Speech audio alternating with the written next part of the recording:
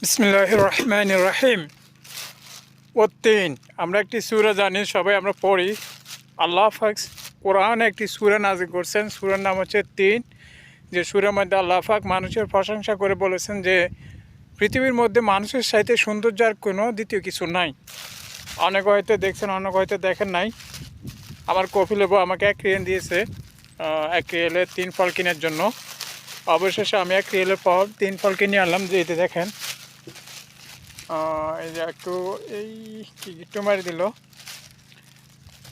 Wait করেন। এই যে দেখেন, মাশাআল্লাহ। এই যে দেখেন, এটি হচ্ছে সেই 3 ফল। এই দেখেন ভিতরে, মানে দেখলে আপনি খুবই আশ্চর্য হয়ে যাবেন, এত সুন্দর দেখেন।